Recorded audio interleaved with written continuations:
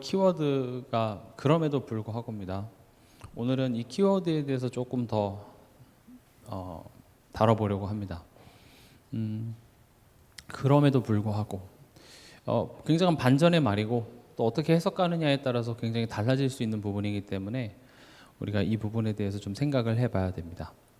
일단 우리가 생각하기에는 그럼에도 불구하고 하면 이제 하나님이 지금 내 이런 현실에도 불구하고 하나님이 뭔가 잘 해주시겠지, 하나님이 반전을 일으키시겠지, 이런 부분들을 생각하게 됩니다. 물론 그건 틀린 내용은 아니고요.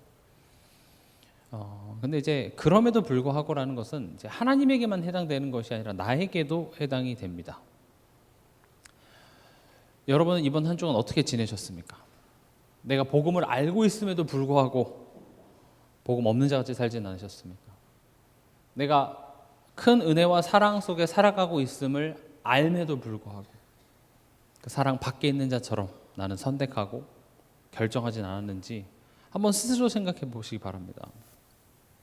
저는 이 그럼에도 불구하고 하면 제일 먼저 떠오르는 인물이 다니엘과 세 친구였어요.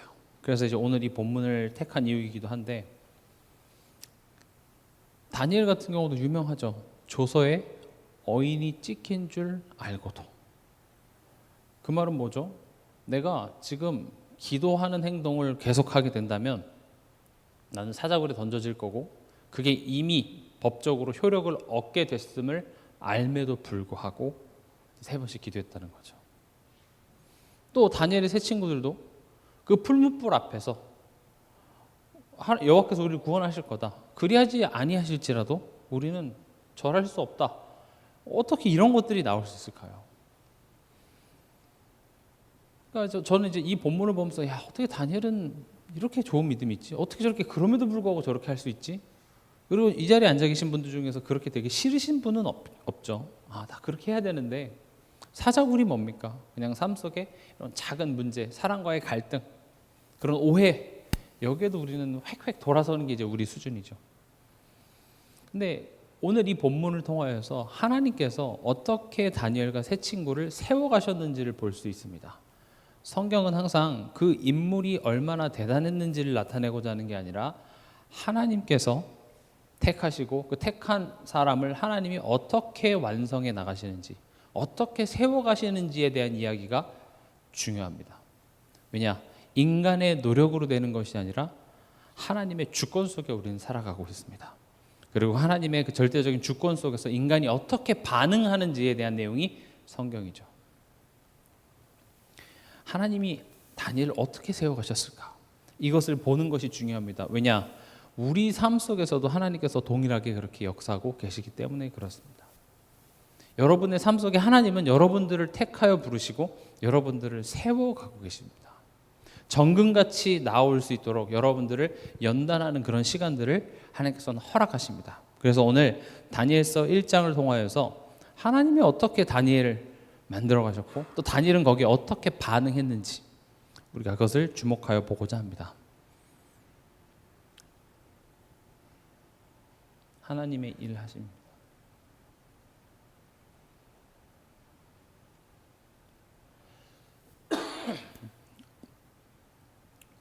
오늘 읽었던 다니엘서 1장 1절에서 2절을 보면요, 이렇게 돼 있죠. 유다 왕 여호야김이 다스린 지 3년 되는 해에 바벨론 왕 느부갓네살이 예루살렘에 이르러 성을 내어쌌더니, 지금 이게 뭡니까? 바벨론이 지금 유다를 포위하고 있었어요. 근데 이제 2절에 조금 놀랄 만한 내용이 들어가 있습니다. 뭐라고 되어 있습니까? 주께서, 하나님입니다. 하나님께서 유다 왕 여호야김과 하나님의 전 그릇 얼마를 그의 손, 여기서 느부갓네살을 얘기합니다. 바벨론 왕 느부갓네살에게 넘기심에 그가 그것을 가지고 신할 땅 자기 신들의 신전에 가져다가 그 신들의 보물 창고에 두었더라. 지금 2절을 보면 어떤 내용을 얘기하고 있습니까? 하나님께서, 지금 이 내용은 바벨론이 강해서 이스라엘이 바벨론에게 먹혔다가 아니라 하나님께서 이스라엘을 바벨론의 포로가 되게 하십니다. 유다 왕이 잡혀가고요. 또 이스라엘의 가장 자부심인 하나님의 성전에 있는 그 성물들을 가져다가 바벨론 신을 섬기는 그 성당, 그들만의 성전에 그걸 가져놓게 되는 상황인 것이죠. 하나님께서 포로가 되게 하십니다. 우리가 이걸 꼭 알아야 됩니다. 하나님은 내게 유익하다면 어려움도 허락하는 하나님이십니다. 내게 있는 어려움, 힘듦이 자주 강조드리죠. 나의 자잘못의 문제가 아니라 내게 유익하다면 하나님은 여러분들에게 힘듦을 더하시기도 하십니다. 이게 하나님의 일하시는 방법입니다. 우리가 우리의 현실, 우리의 삶을 어떻게 바라보느냐, 이게 예수를 따라가는 그 여정 중에 가장 중요한 부분인데, 여러분들이 마주하고 있는 그런 힘든 현실, 뭔가 기도해도 바뀌지 않고 뭔가 내가 열심을 부려봐도 나아지지 않는 그런 상황들이 나의 잘못 때문에 벌을 받는 거일 수도 있으나, 오늘 본문에도 보면 하나님께서 유다 왕을 또 하나님의 성전에 있는 기구들을 넘기셨다 이렇게 되어 있습니다. 신앙생활은 이걸 아는 것에서부터 시작됩니다. 신앙생활은 우리가 하나님을 기쁘시게 하고 하나님을 어떻게든지 비위를 잘 맞춰서 내가 갈 학교를 면제받는 게 신앙생활이 아닙니다. 지금 제가 뭐라고 표현했죠? 학교라고 표현드렸습니다. 우리들에게 있어서 삶은 또 지긋지긋한 직장, 또 내가 마주하기 싫은 그런 모든 관계들이 하나님이 나를 세우기 위해서 내게 허락하신 인생 학교입니다. 교회입니다. 근데 우리는 그런 학교를 다니기를 싫어하죠. 그냥 도망가고 싶어 합니다. 옛날에야 뭐 교회도 그렇게 많지 않았고 또 이사 가고 이런 게 쉽지 않았기 때문에 그냥 그 교회에서 버티고 이렇게 오랫동안 있지만, 요즘 같은 경우는 어떻습니까? 뭐 교회 엄청 많지 않습니까? 여기만 교회야?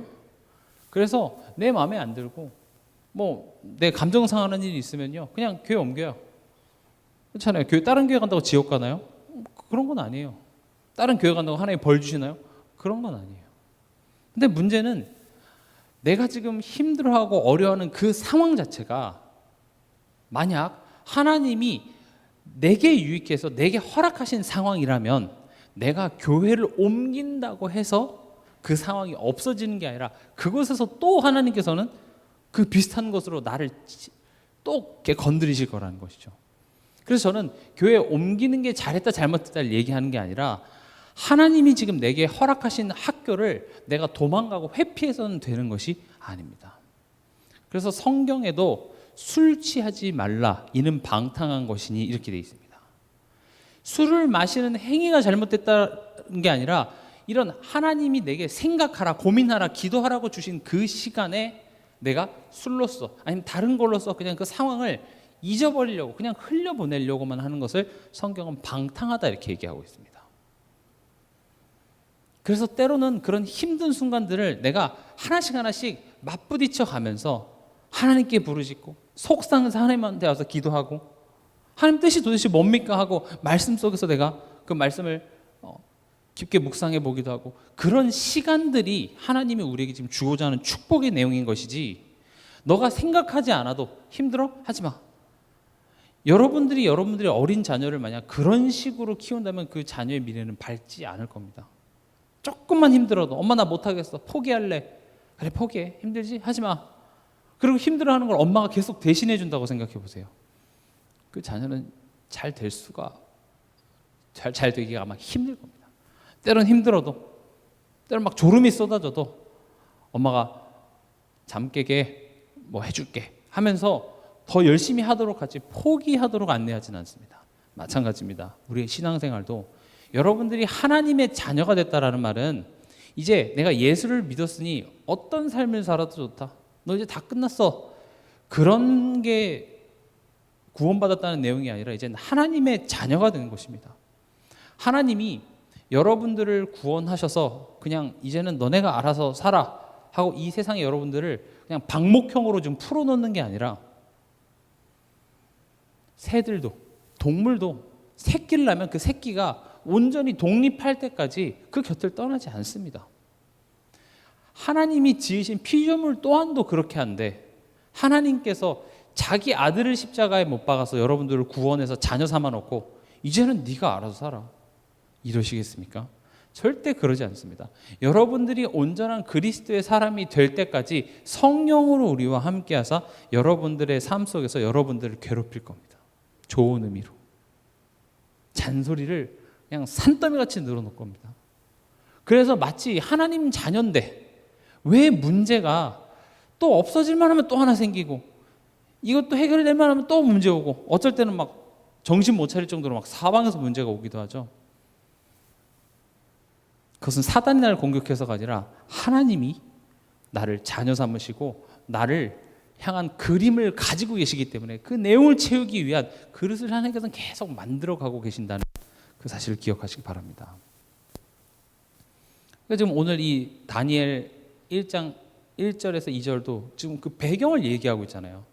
이거 지금 뭐 잘못해서 그게 아니라 하나님이 지금 회복하시고자 하나님이 지금 바벨론에게 이스라엘을 넘기셨어요. 또 여기서 어떤 일이 벌어집니까?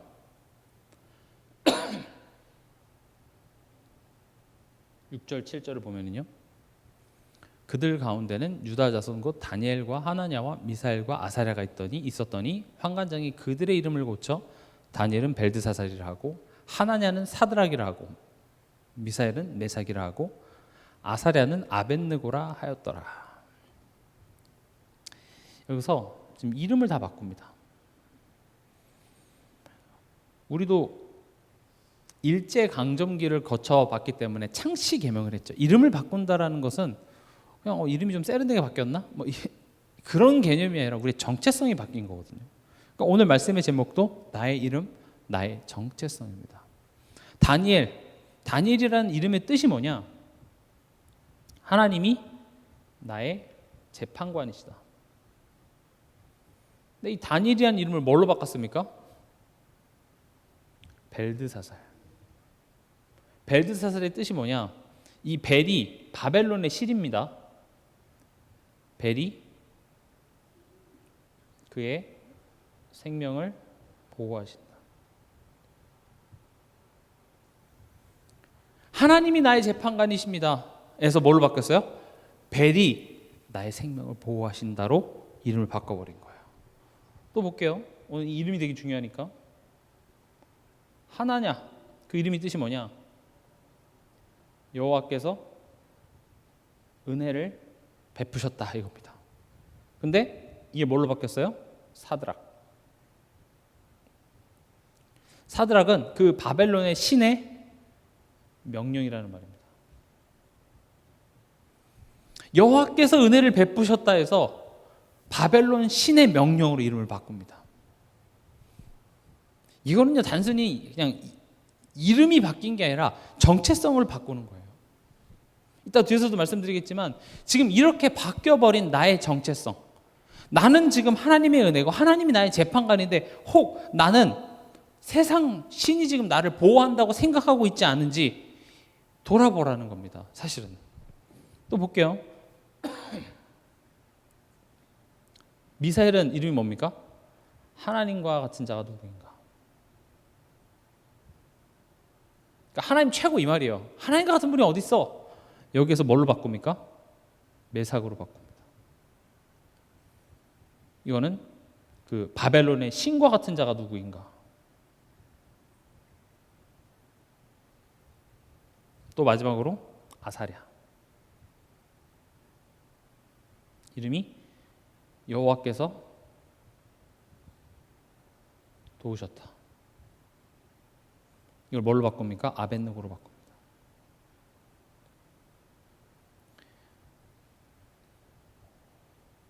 바벨론 신의 종 이렇게요. 지금 하나님께서 이스라엘 백성 그 중에서도 다니엘, 하나냐, 미사엘, 아사랴를 지금 포로되게 하셔서 거기서 이름을 바꿉니다. 지금 보세요. 지금 이 내용을 제가 설명하는 이유가 다니엘이 저는 예전에 왜 갑자기 뜬금없이 내가 술 고기 안 먹고 내가 채식하겠다 그런 뜻을 결정했는지가 저는 궁금했어요. 이거 뭐 제사 음식 먹으면 안 돼서 그런 건가? 그렇게 생각을 했는데 오늘 본문을 보니까 지금 그 이유를 설명하는 거예요. 다니엘이 왜 뜻을 정했지? 왜 결단을 했지? 왜 믿음의 결단을 했지? 그 배경입니다. 이름을 바꿨는데 우리는 그냥 그런가 보다 하죠. 또 저도 그냥 다니엘과 사드락 메삭 아벳느고로 불렀는데 사실 그렇게 부르면 안 됩니다. 원래 이름 다니엘, 하나냐, 미사엘, 아사랴 이렇게 불러야 되는데 이름을 바꿨다라는 것이 굉장히 수치스러운 거죠. 하나님이 나의 재판관입니다. 에서 뭘로 바뀐 거예요? 벨이 그의 생명을 보호하신다로 바뀌는 거고. 하나님의 은혜다 에서 뭘로 바뀌는 겁니까? 바벨론 신의 명령이다로 바뀌어요. 하나님과 같은 자가 누가 있냐 에서 바벨론의 신과 같은 자가 누구 있냐. 하나님의 도우심에서 뭘로 바뀌어요? 신의 종, 그 바벨론 신의 종으로 바뀌는 거죠. 여러분도 한번 점검해 보시기 바랍니다. 우리를 하나님은 하나님의 백성이라고 불렀습니다. 나는 하나님의 자녀입니다. 그러나 실상으로 나는 어쩌면 바벨론 신의 종으로 타고 있는지 모릅니다. 돈에, 환경에, 내 과거의 상처에, 아픔에. 분명 너는 하나님의 은혜야 라고 얘기했는데 나는 세상의 명령, 과거의 어떤 상처의 명령을 따라가고 있는지도 모릅니다. 이게 우리의 진짜 모습이에요. 다니엘이 뜻을 정해야만 했던 이유가 바로 그냥 그 다음으로 넘어가겠습니다.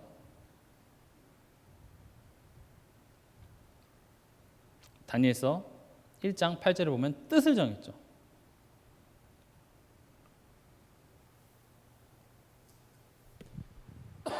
다니엘은요 단순히 제사 음식 먹으면 안 돼 이래서 뜻 정한 게 아닙니다. 그냥 객기를 부리는 게 아닙니다. 다니엘은요 하나님이 애초에 왜 이런 상황을 내게 허락하셨는지, 허락하셨으면 왜 이걸 빨리 해결해 주시지 않는지 그 이유를 깨달았어요. 이름이 바뀌는 그 순간 우리가 변했구나. 지금 이스라엘 백성들이 지금 이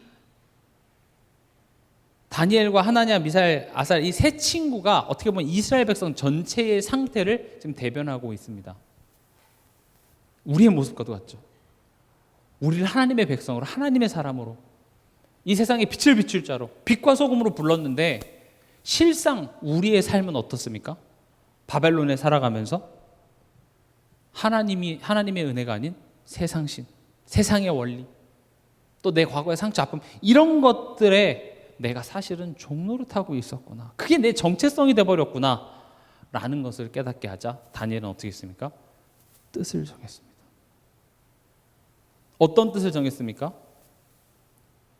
내가 더 이상 그 신의 도움을 받지 않도록. 왜냐하면 이름 자체가 벨이 그의 생명을 보호한다잖아요.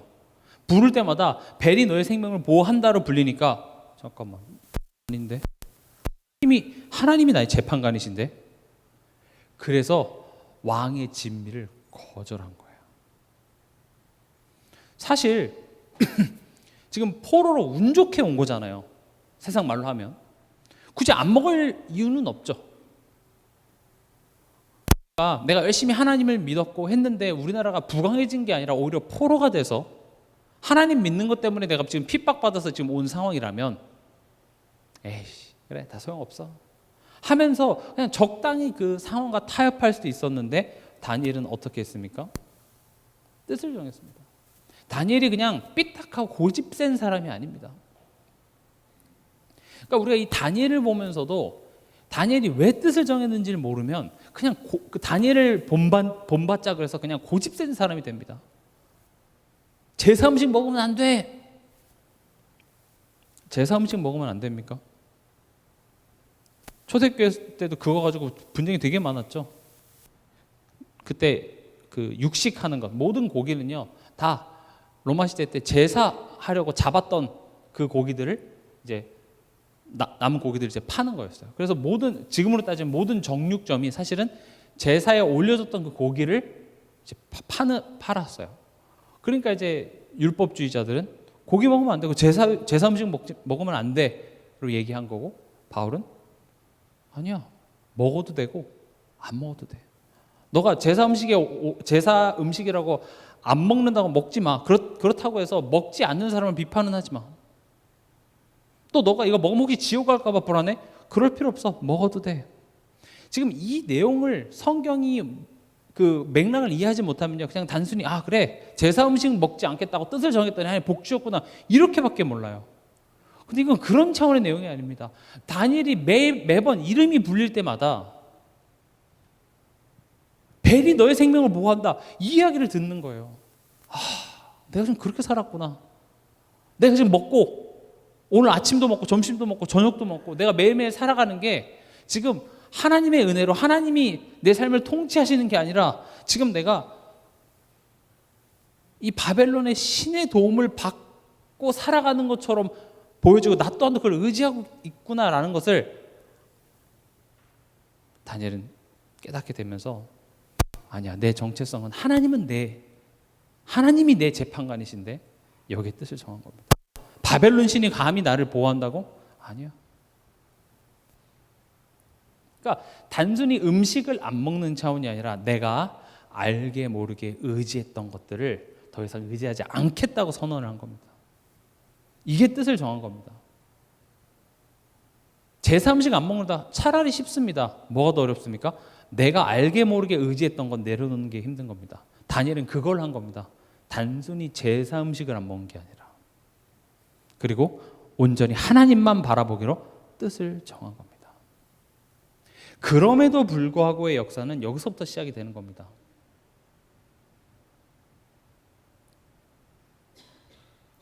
하나님이 그냥 나 하나님 자녀니까 하나님 기적 축복 주세요. 하나님은 무조건적으로 그렇게 하지 않습니다. 왜냐? 하나님의 관심은 여러분 한 사람 한 사람에게 있기 때문에 그렇습니다. 내가 온전히 하나님 바라보는 것, 그게 하나님이 기뻐서가 아니라 그게 내게 도움돼서 그렇습니다. 자주 말씀드리죠. 하나님은 우리의 예배를 필요로 하지 않으십니다. 왜냐? 하나님은 그 자체로 이미 완전하시고 완벽하세요. 전 세계에서 매주 주일날마다 예배를 드리면 하나님이 기뻐. 전 세계에서 너네가 날 찬양해 주는구나. 이제야 내 자존감이 좀 올라간다. 하나님이 그런 하나님이실까요? 아닙니다. 하나님은 우리가 그리고 뭐 예배를 온전하게 잘 드리나요? 그러지도 못하죠. 졸기도 하고 딴 생각도 하고. 이 예배를 하나님은 필요로 하시는 분이 아니라 사실은 이 예배가 우리 한 사람 한 사람에게 도움이 되고 유익하기 때문에 하나님은 그걸 기쁘게 여기시는 겁니다. 부모가 자녀가 잘 되고 자녀의 행복을 기뻐하듯이 하나님도 우리가 예배 드릴 때 우리가 하나님을 온전히 바라보는 것이 우리에게 유익하고 우리에게 좋고 나를 살리고 내게 축복이 되기 때문에 하나님은 그걸 기뻐하시고 그걸 하라고 하는 것이죠. 그럼에도 불구하고의 응답과 역사는 하나님 이렇게 부르신다고 되는 거 아닙니다. 내가 하나님이 원하시는 그 자리에 딱 갈 때 하나님께서는 그럼에도 불구하고 역사를 일으키시게 되는 것이죠. 어떤 응답과 역사가 있었습니까? 9절 보면은 하나님이 다니엘로 하여금 환관장에게 은혜와 긍휼을 얻게 하신지라. 딱 뜻을 정하는 그 순간, 여기서 뜻을 정했다라는 것은 두 가지를 의미합니다. 하나님이 왜 이런 문제와 상황을 허락하셨는지 딱 알게 된 거예요. 왜 이 문제를 빨리 해결해 주시지 않는지, 왜 이 상황을 나아지게 하지 않으시는지 나에 대한 그 뜻을 깨닫는 거죠. 그리고 또 어떻게 했어요? 머리로만 깨닫는 것이 아니라 실제적으로 믿음에 도전을 한 겁니다. 그래, 내가 뜻을 정해서 내가 더 이상 이거 의지하지 않으리. 이번 한 주간 여러분들의 문제 사건 속에서 사실은 내가 무엇을 더 많이 하나님보다 의지하고 있었는지가 자꾸 드러날 겁니다. 애초에 그게 문제가 되는 이유가 내가 의지했던 것들이, 하나님보다 더 의지했던 것들이 더 이상 내게 도움이 되지가 않아요. 위로가 되질 않아요. 의지하려고 봤더니 이렇게 사라져 있어요. 그걸 우리는 문제라고 부르거든요. 그러면 그게 내가 하나님한테 간절히 기도해서 얻어낼 문제가 아니라 내가 뜻을 정해야 되는구나. 내가 이걸 그렇게 의지했었는데 난 이제 더 이상 이거 의지하지 않고 내가 진짜 하나님만 바라봐야지. 이겁니다. 그리고 그런 도전들을 실천해 보시기 바랍니다. 이따 결론적으로도 말씀드리겠지만 아침에 일어나서 우리는요, 우리의 감정으로 하루를 시작합니다. 그 감정이 우리의 삶을 주관합니다. 아침에 일어나서 기분이 나빠. 그럼 기분 나쁜 하루를 시작해요. 그래서 오늘의 실전사항은 뭐냐? 아침에 일어나서 여러분 5분, 10분 단위, 5분만 핸드폰 그냥 만지지 마시고 누워서 써도 괜찮습니다. 아침에 일어나서 감사 기도 드리시기 바랍니다. 내가 누군지 딱 5분입니다. 그렇게 오늘 하루의 작은 시작, 도전 이런 것들이 우리의 삶에 굉장히 영향을 많이 미치고 다니엘이 뜻을 정했다와 같은 맥락의 도전이 이루어지는 것입니다. 그때 하나님께서는 어떻게 역사하셨다고요? 8절에 다니엘이 뜻을 정하여 했을 때 9절에 하나님이 다니엘로 하여금 환관장에게 은혜와 긍휼을 얻게 하신지라. 또 15절에 보면은 열흘 후에 그들의 얼굴이 더욱 아름답고 살이 더욱 윤택하여 왕의 음식을 먹는 다른 소년들보다 더 좋아 보인지라. 채식을 먹고 안 좋은 음식을 먹는데 그럼에도 불구하고 더 좋아 보인다의 역사만 보지 마시고 왜 하나님이 그런 역사를 일으키셨는지에 대한 원리를 보면 우리 삶 속에서도 동일하게 일어날 수 있는 거 아니겠어요? 또 17절에 보니까 하나님이 이 네 소년에게 학문을 주시고 모든 서적을 깨닫게 하시고 지혜를 주셨으니 다니엘은 또 모든 환상과 꿈을 깨달아 알더라. 뭐 후대들이나 어린 내 자녀한테 기도할 때 요 성경 구절 많이 인용하거든요. 하나님 내 자녀에게 내 소년에게 학문을 다니엘에게 주셨던 그런 지혜를 더하여 주시옵소서. 물론 그런 기도에 하나님 응답하실 수 있습니다만은 하나님이 왜 그럼에도 불구하고 축복을 주셨냐? 뜻을 정하기 때문에. 뜻을 정하기 위해서는 뭡니까? 지금 나의 현재 상태가 먼저 점검이 돼야 되겠죠. 지금 나는 어떤지. 그래서 그럼에도 불구하고의 응답과 역사는 나를 향한 하나님의 뜻이 발견되어질 때, 이 문제를 허락하신 하나님의 의도를 알고 그 믿음의 결단을 할 때, 그래서 하나님의 뜻과 그 문제의 의도를 알고 믿음의 결단. 그러기 위해서 뭐가 돼야 됩니까? 나 자신이 점검돼야 됩니다. 이게 신앙생활에서 굉장히 중요한 부분입니다. 내가 점검돼야 됩니다. 문제와 갈등은 나를 점검하는 시간입니다. 내 이름이 뭐지? 내 이름은 다니엘이야. 내 이름이 뭐지? 내 이름은 사드락이 아니라 하나냐야. 내 이름은 메삭이 아니라 미사엘이야. 내 이름은 아벳느고가 아니라 아사랴야. 여호와께서 은혜를 베푸셨다지 바벨론 신의 명령이 아니야. 근데 내가 그렇게 살아가고 있었네. 우리는 뭘 점검해야 되냐? 십자가에서 주신 나의 이름. 십자가에서 주신 여러분들의 이름이 있습니다.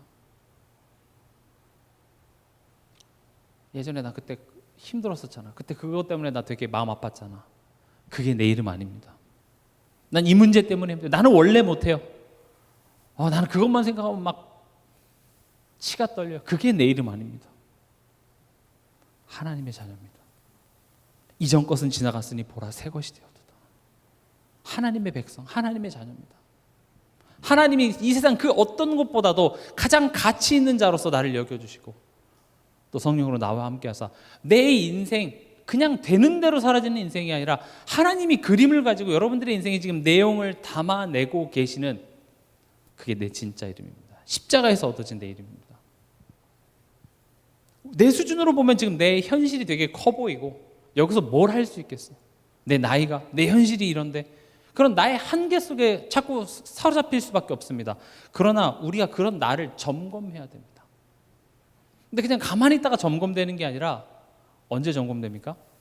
이런 문제와 마음 아프고 눈물 흘리는 그런 상황들을 통하여서 이게 뭐지? 하면서 그제서야 하늘을 쳐다보고 하나님 뭡니까? 하나님 찾는다고요.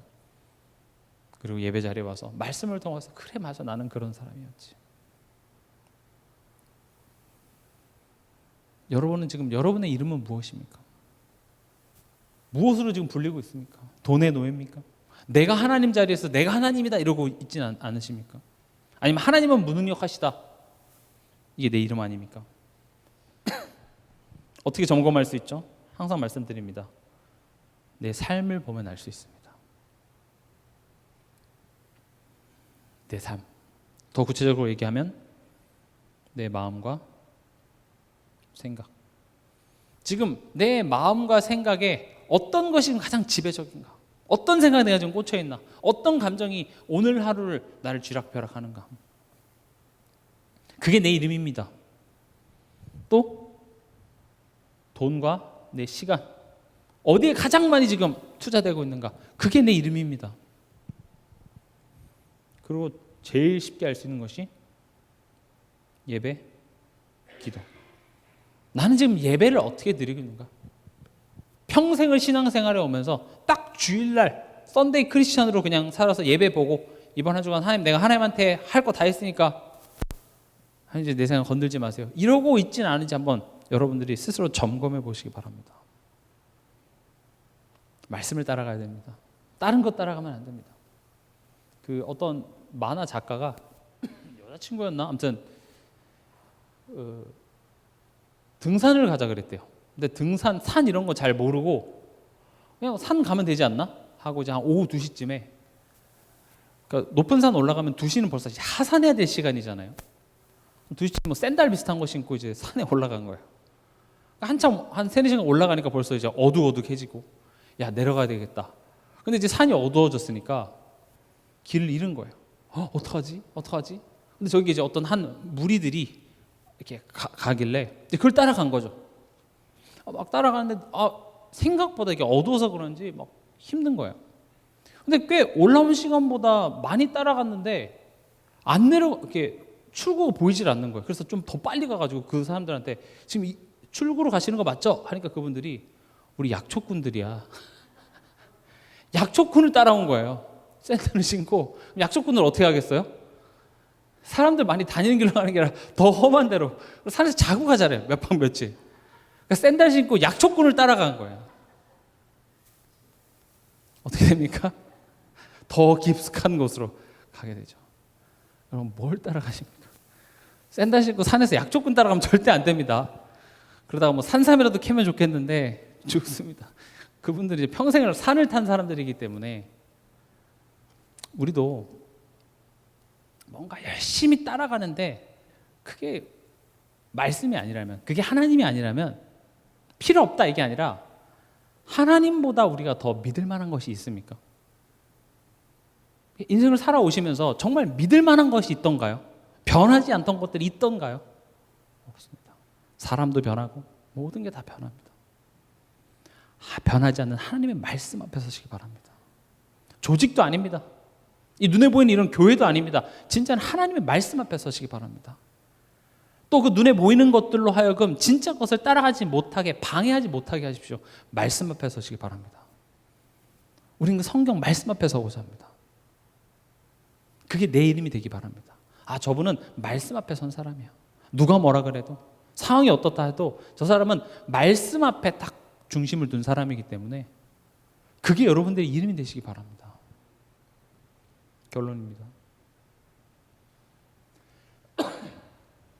뜻을 정했다. 이 말은 갱신하는 도전을 했다는 말입니다. 그래서 제가 아까 말씀드렸던 것처럼 아침 5분입니다. 저는 이거 하고 있는데 5분 생각보다 깁니다. 짧지만 깁니다. 아침에 일어나서 이렇게 핸드폰으로 이렇게 확인하는 거는 30분이 금방 가거든요. 근데 핸드폰을 바로 짚지 않고 5분 동안 저는 누워서 약간 스트레칭도 하면서 기도를 하거든요. 내 정체성을 고백하기 바랍니다. 하나님, 나는 하나님의 은혜로 살아가는 자입니다. 하나님이 나를 도우셔야 합니다. 하나님이 나를 사랑하시는 자입니다. 내 인생은 하나님이 지금 통치하고 계십니다. 내 인생의 결론은 하나님의 손에 지금 붙들려 있습니다. 하나님은 그 실력, 그 내용을 채울 수 있도록 내게 힘을 더해 주시옵소서. 지금 내 현실이, 내 상황이 녹록지 않습니다. 보이지 않습니다. 그러나 하나님 살아계시죠. 하나님 내 인생 인도하고 계시죠. 하나님을 소망합니다. 오늘 내게 주어진 그 삶 속에 내가 충실할 수 있도록 하나님 내게 힘을 더해 주시옵소서. 5분입니다. 꼭 해보십시오. 내가 불행한 이유, 내가 힘든 이유, 그 5분 정도도 내가 하나님 앞에 쓰지 못한 그것이 어찌 보면 하나님께서 여러분들을 지금 조금 힘들게 하시는 이유일 수 있습니다. 그래서 그런 작은 도전, 그런 작은 실천부터 여러분들이 시작하시며 아침에 하나님에 대한 감사와 하나님에 대한 그 기쁨으로 채우고 시작할 때 여러분들의 하루의 삶이 달라질 줄 믿습니다. 그리고 그리 아니하실지라도의 응답이 여러분들의 삶 속에 있을 줄 주님의 이름으로 축원합니다.